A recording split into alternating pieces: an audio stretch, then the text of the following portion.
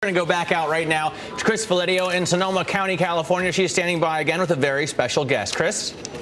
Hey, Matt, that's right. We are honored to be joined by Mr. Tony Blair. He was, of course, the Prime Minister of Britain from 1997 to 2007. Thank you so much for coming out. We really appreciate it. So, Mr. Blair, the first question being, of course, is what is your involvement here? I mean, really, we should let our audience know it is way deep in the heart of Sonoma County, far from San Francisco. This is a partnership I have with Vinod Khosla, who's just been interviewing. And it's all really about how we provide technological solutions to issues to do with the environment. Because my theory of this is that we won't actually win this argument if we try and tell people you shouldn't consume, you've got to go backwards in time, and if business is seen as an enemy in this rather than as a partner. So the idea is to find technological breakthroughs like this one here, which is kind of combining electricity and thermal solar power, which allow us then to scale up and actually make a real difference to the environmental challenges we have. You know that the business side of this whole area, of this kind of investment area, hasn't really believed in the sustainability of these types of projects without government funding. When are we going to actually see real returns coming to these types of projects? Well, that's a good point. And the whole purpose of this is to try and invest in those companies and get them to the point where we can really test some of the technological breakthroughs and see if they work.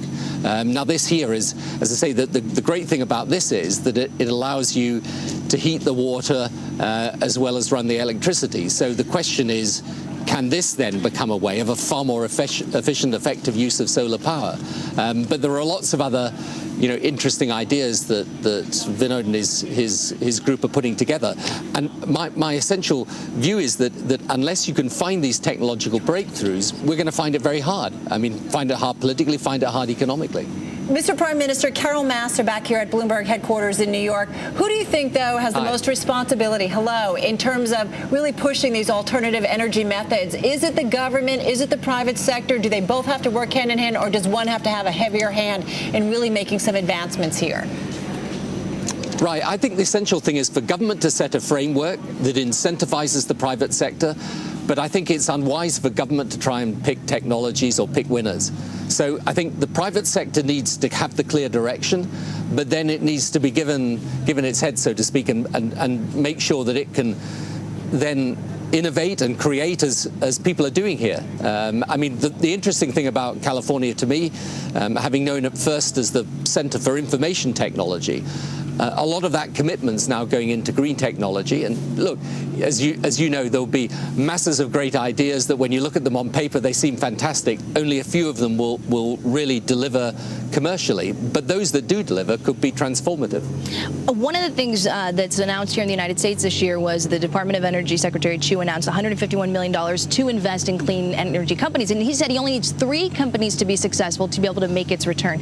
We're not seeing exits in clean technology. So when will we see, do you think, the fruits of your labor come to pass in the economic market, in the financial market? Well, I think that there's so much going on in this space now that I would expect over the next few years we will start to see some of these come through. And, there's fascinating ones that I've just been getting a whole seminar and looking at some of the technological breakthroughs. If any one of these work, it'll make a huge difference to how we drive our motor cars, how we power our homes and our factories, actually how we manage to find the fuels of the future. All of this is taking place with a huge amount of activity. And the interesting thing to me is the people that are doing these startup businesses here, they're people who've spent, say, a lifetime in the traditional motor car industry, a lifetime in the traditional power industry.